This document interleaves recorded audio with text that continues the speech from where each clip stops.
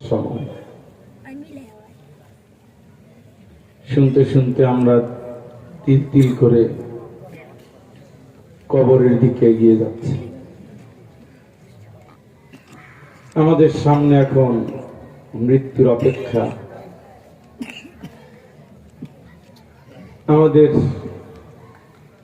গোরস্থানে নিয়ে যাওয়ার জন্য যে খাট দরকার, খাটিয়া দরকার, পালকি দরকার, সব রেডি হয়ে আছে। পৃথিবীতে এটা চিরসত্য, কোন সন্দেহ নাই। وجاءت سكرة الموت بالحق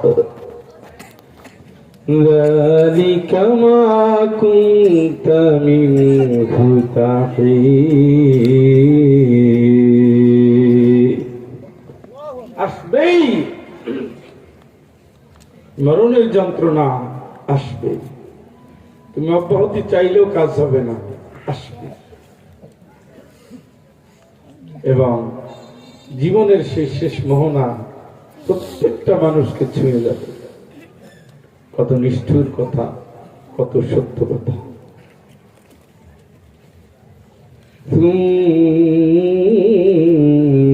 আমাতাহু ফাআকবারা, অতঃপর তোমাকে মরতে হবে এবং কবরে যেতে হবে। কে বলছেন এগুলো? মরতে হবে, আপনাকে কবরে যেতে হবে।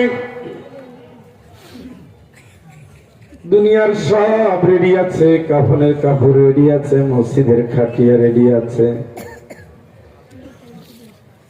বাড়ির বাস রেডি হয়ে আছে, শুধু আমাদের প্রস্তুতি নাই।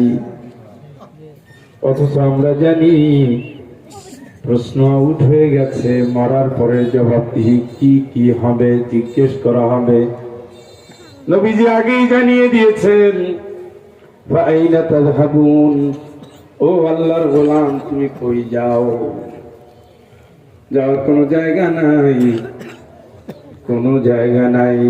সুম্মা ইলাইহি তুরজাউন, তোমাকে তোমার মালিকের কাছে রওনা দিতে হয়েছে, কোনো জায়গা নাই।